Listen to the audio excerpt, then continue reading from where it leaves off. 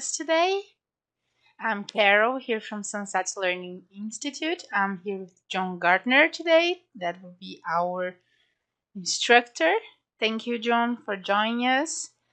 John is our Cisco System Technical Instructor, also a specialist in the data center space.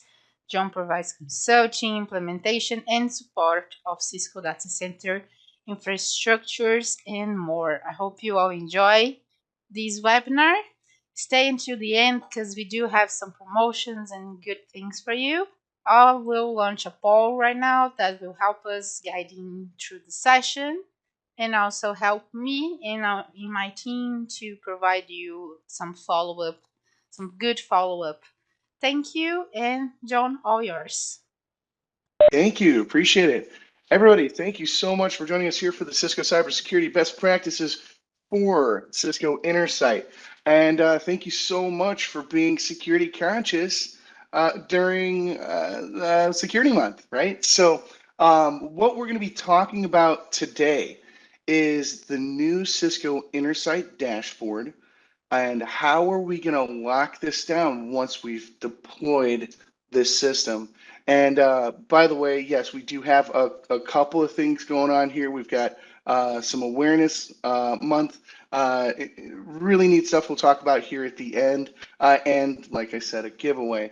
But let's go ahead and jump into what is Intersight. Right off the bat, folks, we're going to talk about what is Intersight, and then we're going to talk about 4 important things that we need to lock down. But we've got to know what Intersight is.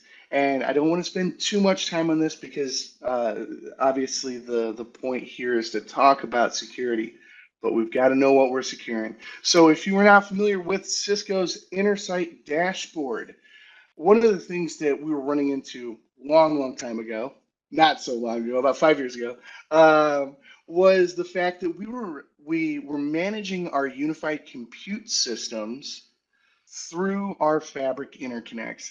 And let me bring up this little doodling whiteboard here real quick, just to give you an example here. What we were doing was we would have a couple of fabric interconnects and then our unified compute system. This usually consists of up to 8 servers. Somebody obviously dropped that one. And so what we were doing was managing this solution from essentially a local device. That's these devices right here. These are the fabric interconnects. And we had 2. We didn't always have to, but it was extremely advisable because it was a management cluster. What we were doing was anytime you made a modification or you wanted to make a modification to your config or add or remove devices here, you would access the active device, build out that configuration, and it would simply synchronize over to B. Now, this is a fantastic way to operate, right? Because again, it's in a management cluster. If one goes down, we're completely synchronized. We fail over to the other side. That's great. The problem that we were running into here, folks, the major one is this limited scalability. With the fabric interconnects, they only have a certain amount of hard drive space, right? And we don't usually attach like an external removable drive to these too often. So we had to figure out a way where we could start building out our configuration and have it feel virtually unlimited space was available. So we'll talk about that in the next piece. Another piece that's extremely important is the fact that as unified computing is growing, so is the software package, right? We have the B, the C series, the X series, the S series, right? The UCS minis. I could keep going, right? So as this product portfolio grows, so is that software package. And the reason being is because we have to put in code to understand all of the devices that we're utilizing. We call that a compatibility catalog. So it's just growing, right? Another problem is feature velocity. In the past, one of the things that we would have to do if we wanted a new feature is we would have to update the firmware. So that firmware, that infrastructure bundle that we were using to update our devices was also used to update new features. So that that can be a problem. A quick example is in 2014, I went from 2.0 to 2.2 because I wanted a feature.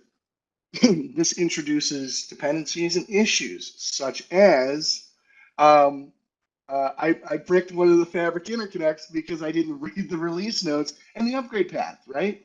So just to get a new feature, I have to do all of this research and make sure that if I upgrade, right, it's not going to break anything.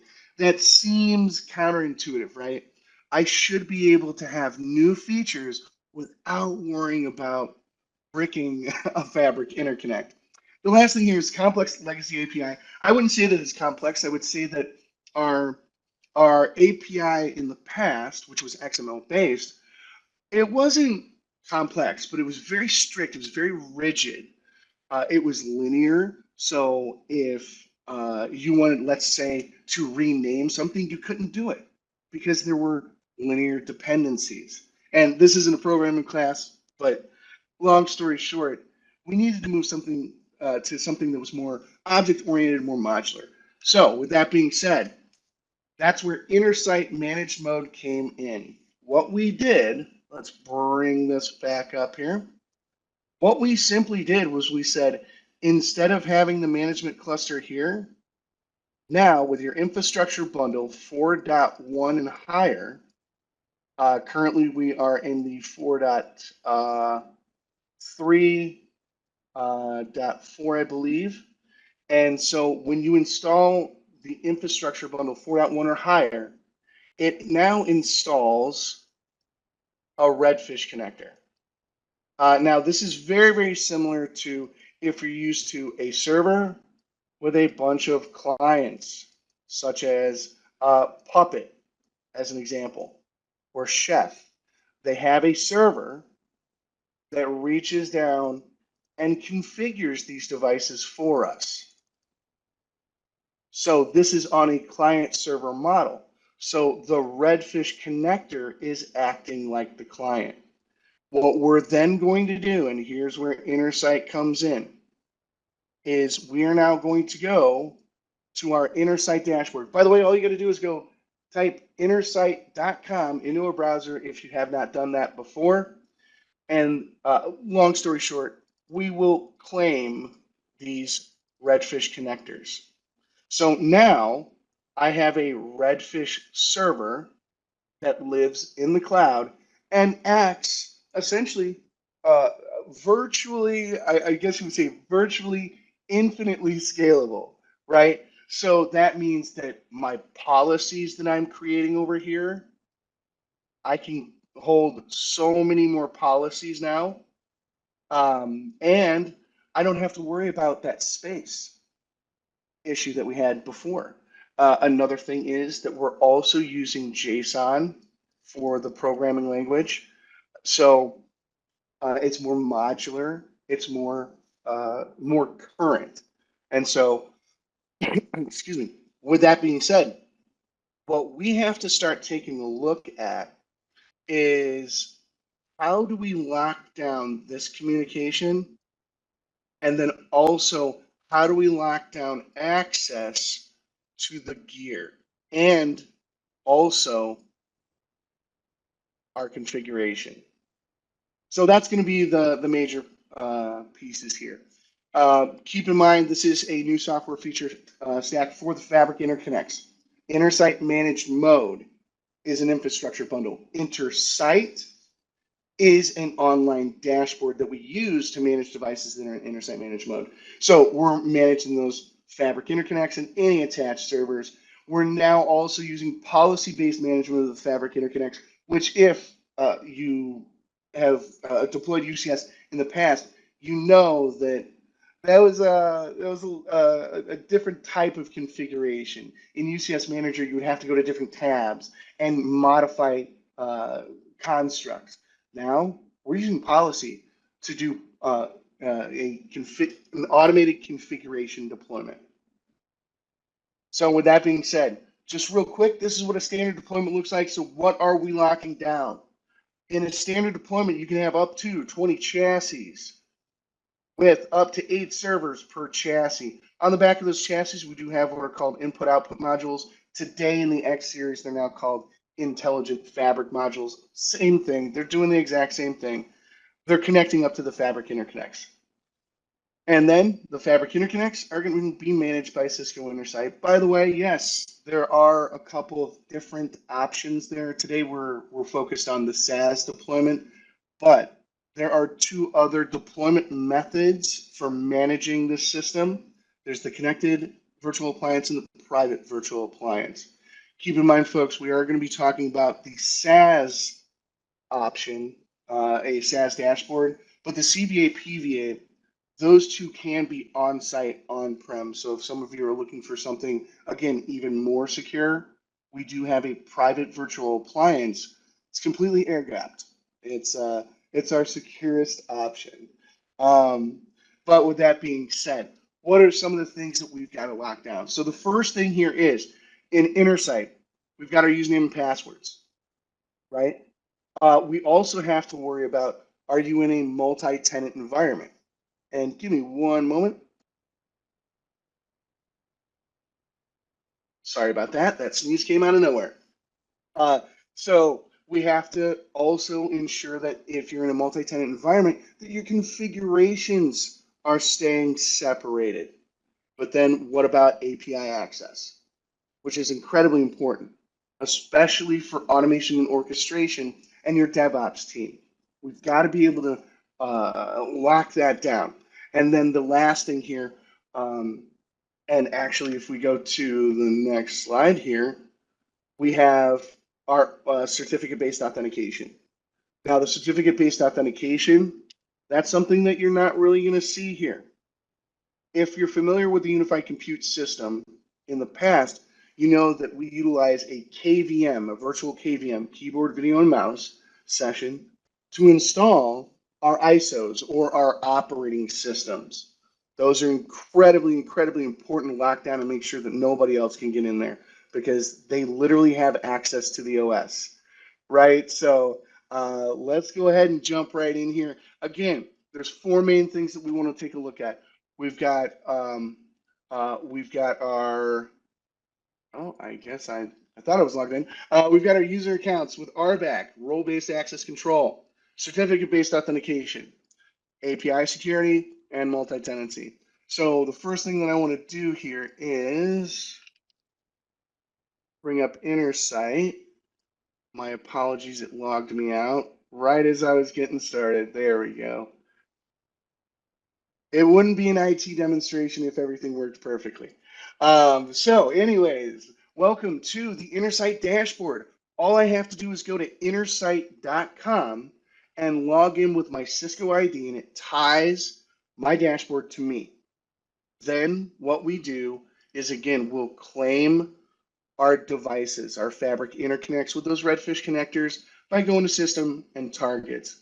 Obviously, we're going to claim a new target. I'm not going to walk you through that, but we now see that we've got our Cisco Lab, our fabric interconnects. Long story short, we've got some policies and profiles to deploy, but for the most part, it is now time to start locking things down. So what we're going to do is we're going to start by going here to System and Settings. First thing that I want to note here is for the users. Notice down here, I have users, groups, roles, and organizations. Now, this is incredibly important here, folks. With the user account, notice you do not see an admin, right, or administrator. Cybersecurity, right? Since day one, we always say either remove or disable admin accounts, right? So that, I don't know how many times it saved me where I went and Googled what's the default username and password for this, right? We do not want people doing that. So as you can see here, I set up my own user accounts. That's step number one. Now, step number two, again, let's bring up this nifty little whiteboarding tool here. And one of the things that's extremely important is that we have our dashboard with our policies here. What role-based access control allows us to do is to create a user account and then tie that to either what we call a locale, which is where you have permissions, and rights, what you can access. When we add those two things together, those become effective rights. Effective rights, in other words, this user can do XYZ here. And just real quick, what we're going to do is we've already got a user account set up. One of the things I want to first jump into is the roles. One of the beauties about Cisco UCS and Intersight is the fact that we've had default roles set up for a very long time. For instance, let's take a look at device administrator. If I go into the device administrator, it's telling me, oh, I can view device details, license status, list of claimed devices, API keys, right? But I can't perform any other management or administrative tasks. So what you would do is we would create a user account and assign one or more of these roles to the user account.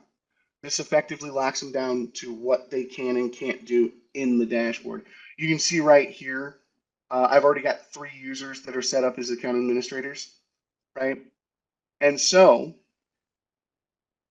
if we have a user and I go to edit it, notice I'm set as an account administrator, but I can add more roles.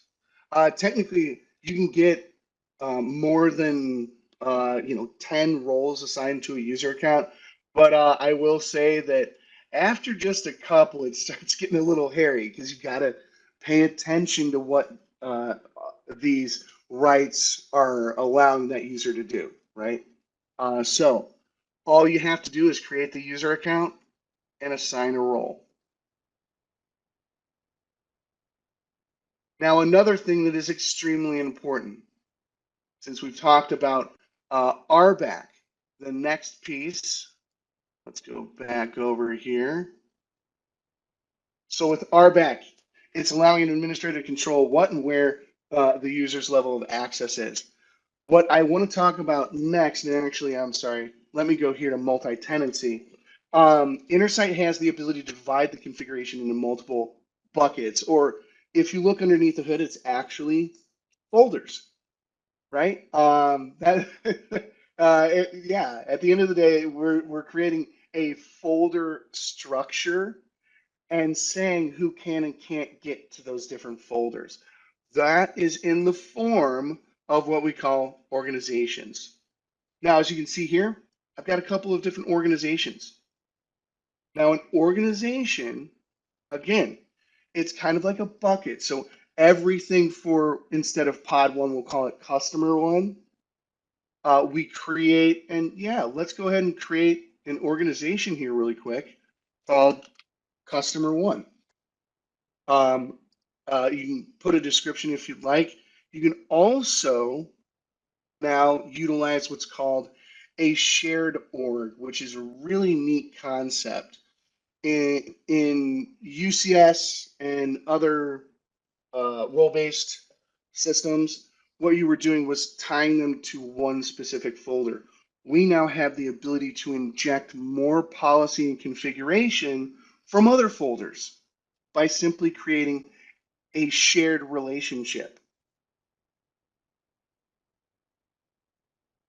And so I can say, yeah, we can share this with other orgs. I'm actually just going to click next.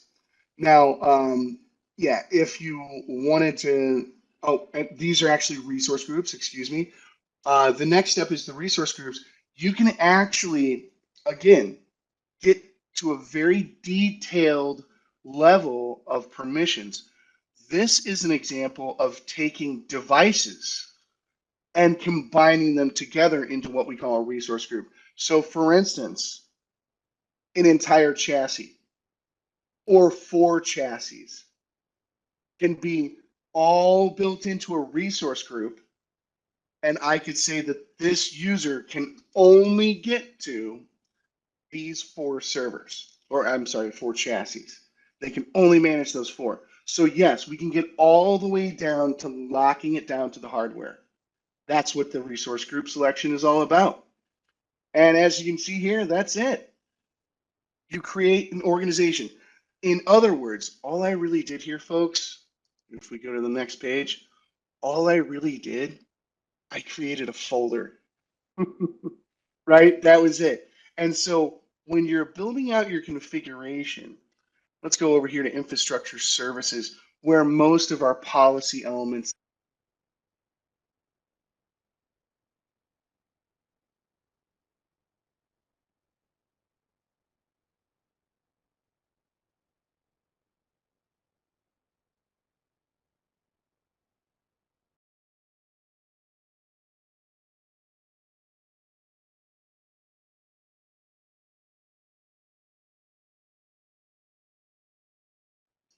Do you want to put this in an organization? By default, obviously, it throws it in the default organization in your root folder, in your C drive, right? Here, I'm putting it in a whole nother folder and then giving it a name. Hectalk NTP. And I just select a time zone. Sure, we'll just select one. And throw in an IP. And there you go. But the point here is that when I created that policy lives only in customer one's organization. That means that if I create a user account and give it permission only to customer one, this would be the only policy that user would see. Again, that is combining a locale or an organization with a role for a user account. Now, the next thing that I want to take a look at here is, I know how to use these things. The next thing is the certificate-based authentication. Now, certificates are great. Certificates allow us to essentially say, I've got this signed document from the king that says I'm supposed to be here. By the way, here's my encryption and my hashing algorithm, right? And so the ability to use a certificate to say who can and can't be in there, phenomenal, right? And so one of the things, and again, you'll notice that a lot of what we're doing here is under system. Let's go to system, and then again, under settings, and then under authentication. Yes, we do have single sign-on options, the Cisco IDs that we've created, but then also certificates. Sorry about that. There we go. Now, you can get a third-party trusted root certificate authority to sign your certificate, and then you can simply import it. By the way, the Cisco Intersight dashboard also does support our traditional self-signed certificates. In other words, if you have a certificate authority at your organization, you can absolutely generate your own certificate, sign it, and add it here. Now, with that being said, we also have to keep in mind that where this is classically going to be used is when you KVM into our compute nodes. So if I go here to infrastructure services, I go to servers, I want to be able to KVM into my machine. I don't have any IPs. Okay. When you KVM into your device, the first thing it's going to do is it's going to ask you for that certificate. Because again, what we're trying to do is secure that that session. By the way, that KVM session from your Intersight dashboard to your machine that you're on is an HTTPS connection. And so we'll use a certificate to authenticate there. With that said, when we go to policies, and by the way, I have to have a service profile that has a certificate in it. Pod 3 clearly did not do that. Anyways, there is a policy that needs to be integrated here, and it is your certificate management policy right here. And so whenever I start this again, you can select where you want to drop this policy in. I'm simply just going to say default here. And let's go ahead and name this cert vector. And here you would add a certificate. Now, there's two ways to do this. The root CA from a root certificate authority server. Essentially, this is the overarching certificate that's used whenever you authenticate to the dashboard. Whereas if you put a IMCI or integrated management controller, this is, it can be the same certificate. These can be the same certificates, or what we can do is we can use different certificates. This one could be used for the SIMC or the KVM access. This was essentially your global overarching certificate. So we do allow that differentiation so that you can say, hey, I just want a certificate to get into the dashboard, but I don't need one for the SIMC. Or you can have both.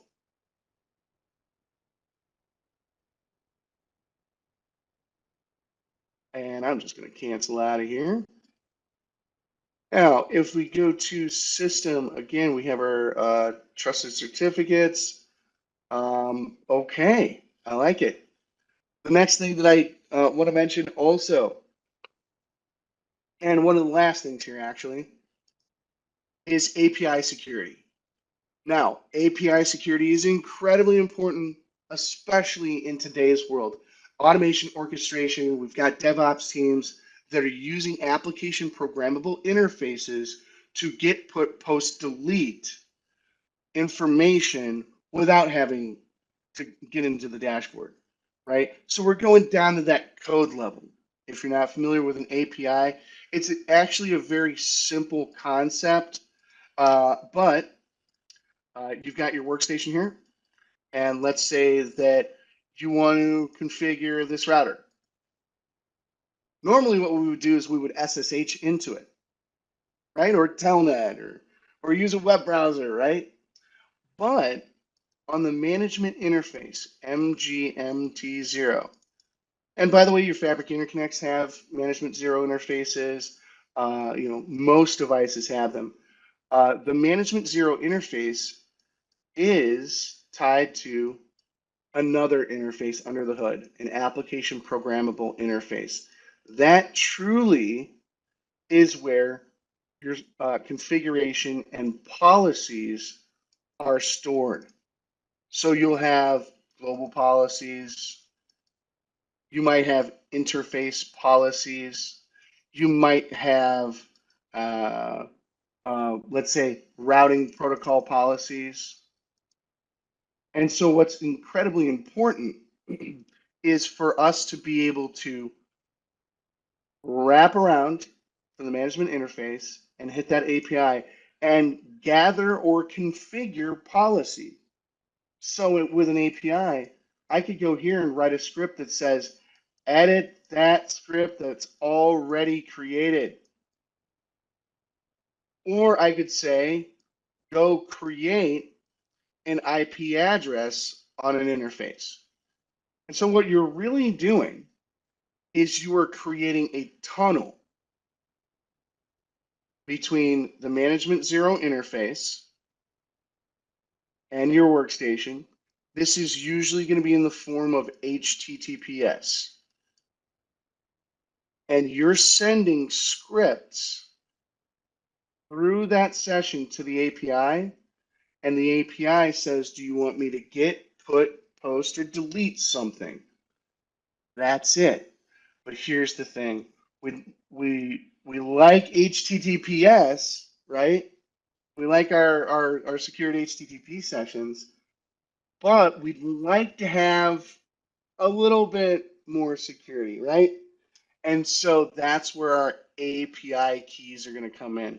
I have the ability in Intersight to create an API key and then use that for my session and my session only. So what it's doing is it's a unique key to me and my session.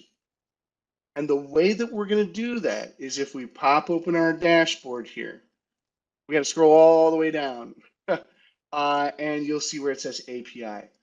When you hit API keys, as you can see, there is a couple of keys that have been created. Also note that, yeah, this one's expired, right? So they can expire. So if I go here to generate a key, I can say that this is a one-time key, or you know what? We'll have it expire next Friday.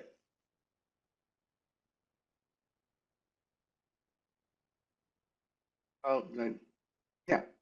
Okay, I selected the right one. You have a couple of different versions, but all you really need to do is give this a description. I use a lot of JSON um, with if excuse me, if you're not familiar with Postman, that's another one. Postman is an API interface that I can use to send JSON scripts. So all I got to do is generate this, and now the API key and the secret key, these two things, all we're going to do is pop that into my Postman scripts, and I can authenticate every single time. One of the last things that I also wanted to show you was if we go here, the last thing would be, here we go, software repository. One of the neat new things that Cisco has created for us is a software repository that gives us the ability to essentially store ISOs, the server configuration utility, firmwares, and configuration files globally. Now, this is a file server that I created, but at the end of the day, what it's really allowing us to do is instead of me having to statically distribute an ISO to all my engineers, I could very simply just create this file server and share it out. This makes it a lot easier and more secure, especially if you've authenticated with a certificate via the KVM, or in this case, it doesn't even require you to open up the KVM. Therefore, I don't even have to worry about that certificate. So as long as I have that root CA, this is a very easy, fast, secure method of installing your operating system. Thank you all. Have a good day. Thanks everybody for your time and energy. Have a good one. If you like this video, don't forget to subscribe and click on the notification icon to get notified whenever we upload new content.